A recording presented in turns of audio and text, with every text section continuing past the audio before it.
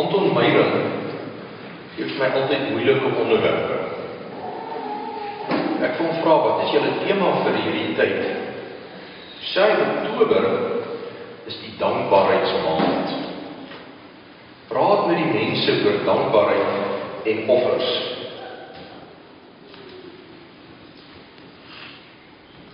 Nou ek vermoed dit kan dalk nou vir u 'n swart Sondag wees.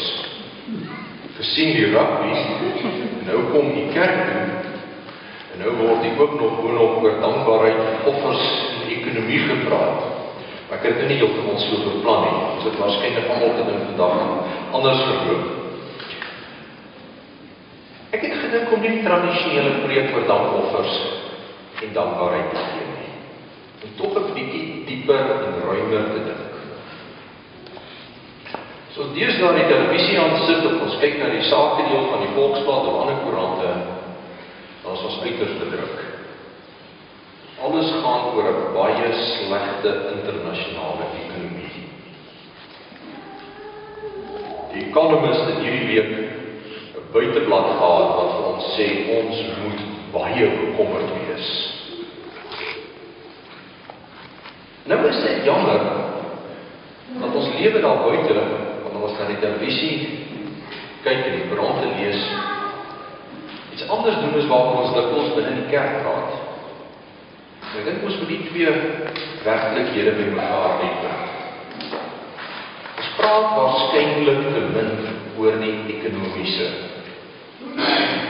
Jy weet, dit is ook baie interessant dat die Griekse woorde ekonomie van God 'n hele paar keer in die Nuwe Testament deur Paulus gebruik word. Iets gaan natuurlik verlore, dit word vertaal deur die vertalers as die plan van God.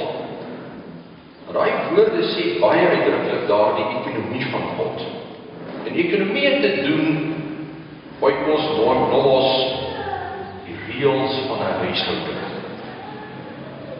Hoe rig 'n mens die huishouding in? Dit is waaroor ekonomie oorspronklik gehandel het. Vanoggend wil ek met u hierdie boodskap deel dat God se ekonomie, die wyse waarop God sy huishouding inrig, baie vreemd is en ook vir ons uitdaag.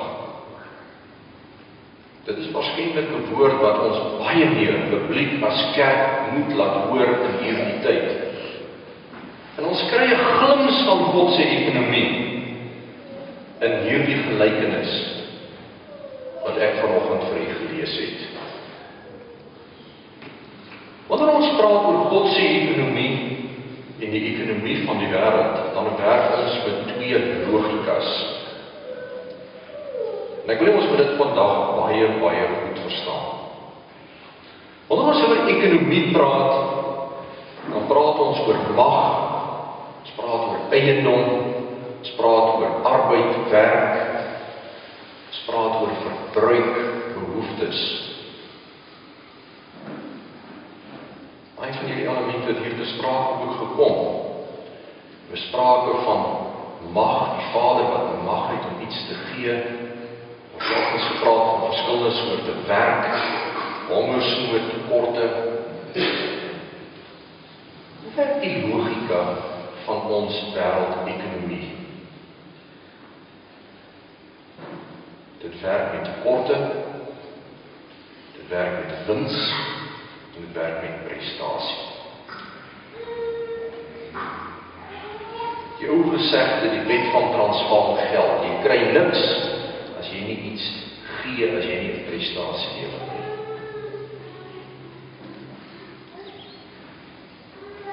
Jy weet almal, ons sit in 'n tipiese vrymarkstelsel, tipiese sogenaamde liberale kapitalistiese stelsel.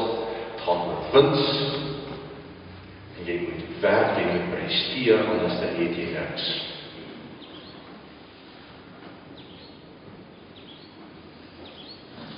So 'n klompie jaar terug was daar baie interessante debat deur dit ongeleerdes. Maar 'n vreeslike eenvoudig, maar tog ingrypende saak. Bestaan daar iets soos 'n geskenk? As jy mense wat na verskillende kulture gekyk het. Gekyk het hoe werk geskenke in verskillende kulture. En daar's groot eensstemmigheid dat 'n geskenk gee is nie so 'n eenvoudige saak nie. As ek vir jou met jou verjaarsdag 'n ruim geskenk gee, as ek na jou kinders se troue toe gaan en ek gee vir jou kinders 'n goeie geskenk, plaas ek jou onder 'n verpligting, sonder dat ek dit sê. Dit is hoe ons kultuur werk. Dit is hoe die menslike brein werk. Daar moet 'n vorm van teenprestasie wees. Begin onmiddellik te dink, wat het jy vir my gegee, wanneer ek na jou verjaarsdag gaan en ek dink ek moet min of meer iets soortgelyks gee.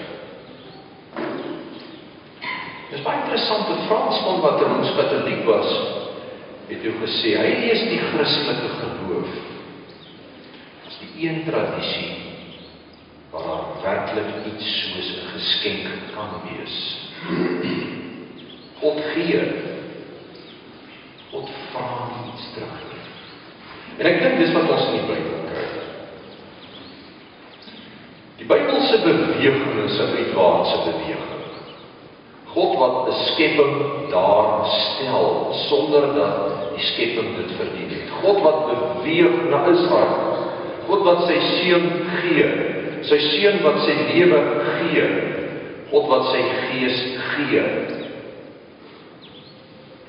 Die Christelike God is 'n skenkende God. Is 'n skenkende God. Dis 'n uitwaartse beweging. Ons menslike bewegings werk so. Ek wil versamel. Ek moet eers iets ontvang voordat ek reageer daarop. Dis 'n beweging na binne. God se beweging is na buite. Die treffendste waar ons dit waarskynlik vier is by die nagmaal. By die nagmaal vier ons as gelowiges juis God se skenkende ekonomie. Kom ons kyk nou na hierdie gelykenis vinnig. As ek maar aanskyk.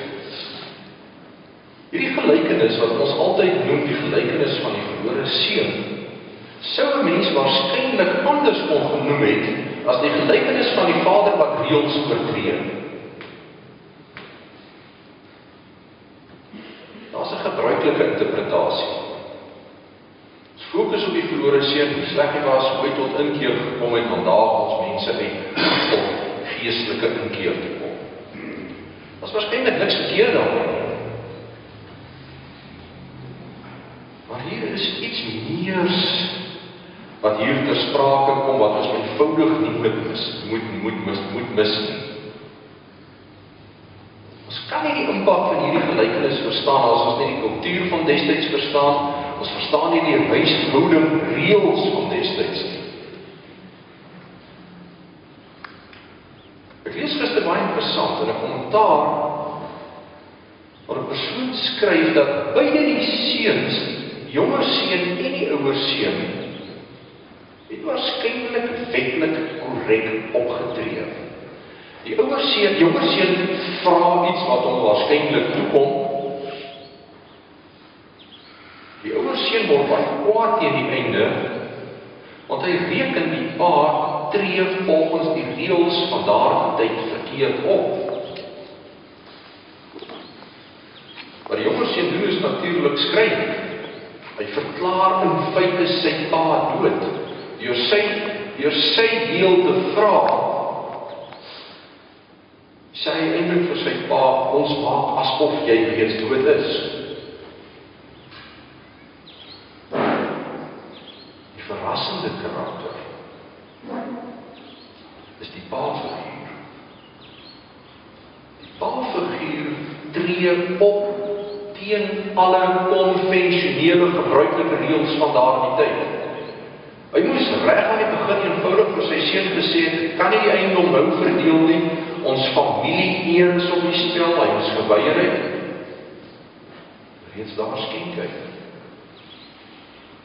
En die einde toe sy seun aangekom het, moes hy hom waarskynlik as 'n dagloner behandel het, soos sy seun gedink het. Dit werk in daardie kultuur. Hy herstel sy seun se eer. Nou weet ons dat hierdie gelykenisse is stories van die koninkryk. Jesus het op 'n baie effektiewe manier met die mense daar, doodgewone mense, eenvoudige mense in Galilea gekommunikeer, het vir hulle stories vertel. Eenvoudige stories, maar met aangrypende, ontstellende inhoud. En die Vader vergewe is God hier, die God van die ryk. En hy sê vir hulle met hierdie eenvoudige storie, God se werklikheid werk anders. God is skenkend. Kom ons vra nou vir ons af, wat beteken dit? Wat beteken dit vir ons?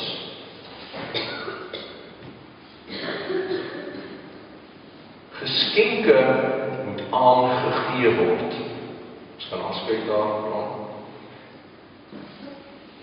Wat maak ons met geskenke? Geskenke moet aangegee word. Die titel van daai kunswerk daar, op ek een keer afgekom het, is The Gift-Bearer, 'n pragtige kunswerk. En ek dink dit gee vir ons iets weer van die eis van ons.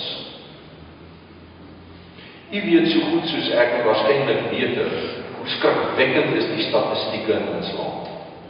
Van armoede, werkloosheid. Werkloosheid onder jeug in die land is onstuitbaar. Jy weet hoe groot is hierdie kloof tussen mense wat ryk is, mense wat baie min het. Die indikatore sê vir ons, dit is waarskynlik van die skreiendste in die wêreld. Jy weet net so goed soos ek hoe emosionele saak dit is. Nou onlangs het aartsbiskop Tutu 'n provokatiewe uitspraak, ek dink was in Stellenbosch gemaak. En nie gesien hoe mense daarop reageer. Ek kan nie vir eenvoudige antwoorde gee nie. Ekonomie, ons daaglikse lewe is komplekse sake. Ek het my gevra op eenvoudige vlak, wat beteken dit vir ons as Christene wat tog anders leef? Ek dink allereers in ons land dat ons 'n groot integriteit het.